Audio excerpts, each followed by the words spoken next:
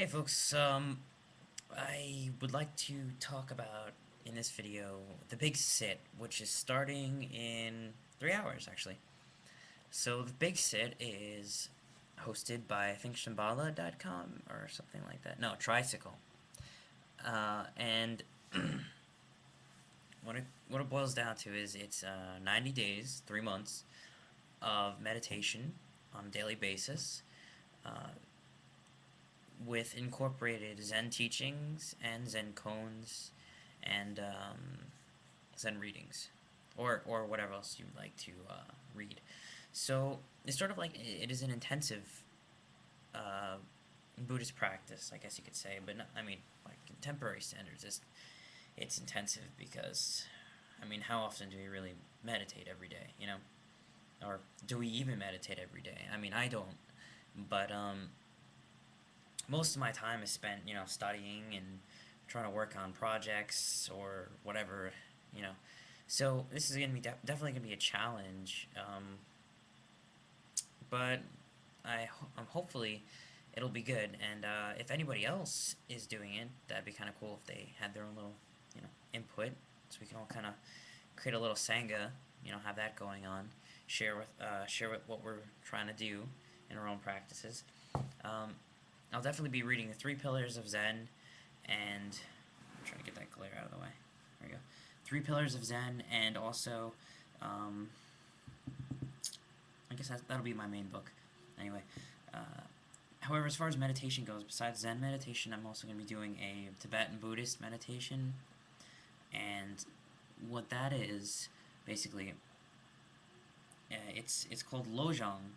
I think that's how you pronounce it. But I'm going to talk about that in another video because it's a very interesting topic in and of itself. But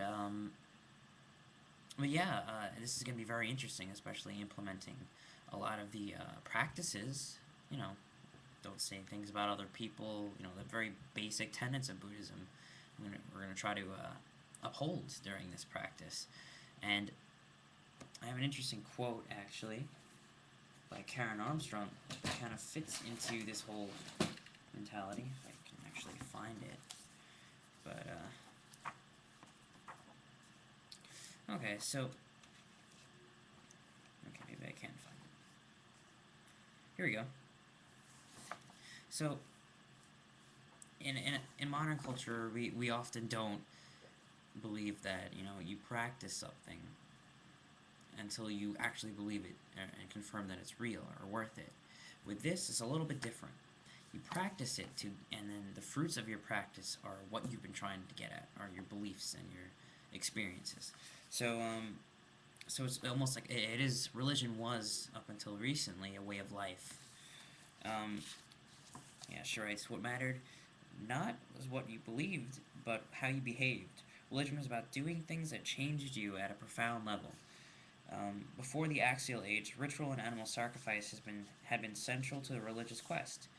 You experienced the divine and sacred dramas that, like a great theatrical experience today, introduce you to another level of existence. And then that changed, of course, with the Axial Age. The only way you could encounter what they called God, or Nirvana, or Brahman, or the Way, was to live a compassionate life. Indeed, religion was compassion, arguably. At least it was meant to be. So today we often assume that before undertaking a religious lifestyle, we must prove to our own satisfaction that God or the Absolute exists. This is good scientific practice.